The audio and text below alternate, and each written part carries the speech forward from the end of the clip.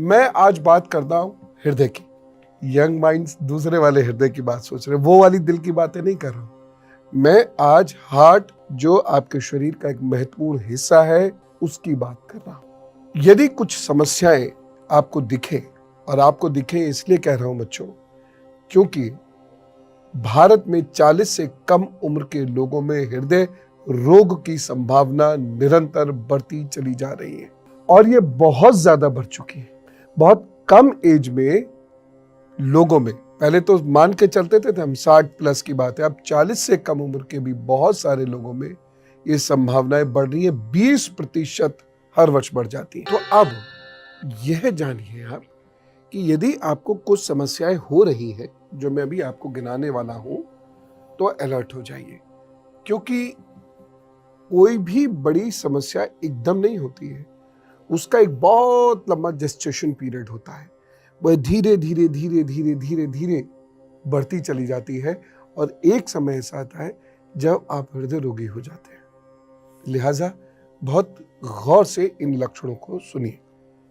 पैदल चलते समय क्या सांस फूल जाती है, और बहुत जल्दी फूल जाती है।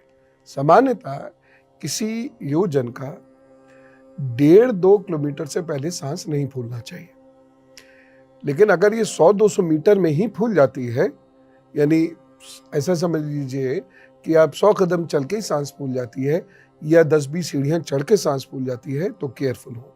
दूसरी चीज, मन में भी और हृदय में भी क्या भारीपन रहता है? क्या पैदल चलते समय बहुत पसीना आ जाता है और बहुत जल्दी आ जाता है? क्या एक अजीब सी बेचैनी बनी रहती है, जिससे कभी कभी सांसें भी टूटने लगती हैं? ये ध्यान रखिएगा। बच्चों के मामले में ये जरूर देखिएगा कि 2 तरीके के जन्मजात हृदय रोग के लक्षण होते हैं। पहली तरह का हृदय रोग होने पर बच्चा थोड़ा नीला सा पड़ जाता है। चेहरे और शरीर के साथ साथ जीभ, नाखून और होंठ भी नीले हो जाते हैं, और साथ ही साथ बच्चा अक्सर बेहोश भी हो जाता है। इस स्थिति में यदि शिशु को देखे तो तुरंत अस्पताल ले जाने की जरूरत है, और चिकित्सीय सलाह उसकी तुरंत ले लीजिएगा। यदि रोते समय या खेलते समय या चीखते समय नील पड़े, तो तुरंत डॉक्टर साहब से मिलिए।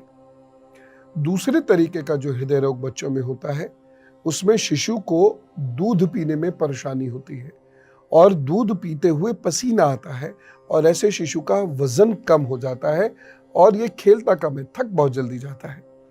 इस तरह की परेशानी यदि बच्चे में जन्म के बाद कुछ महीनों में देखें, तो तुरंत चिकित्सीय सलाह ले, टाले बिल्कुल नहीं।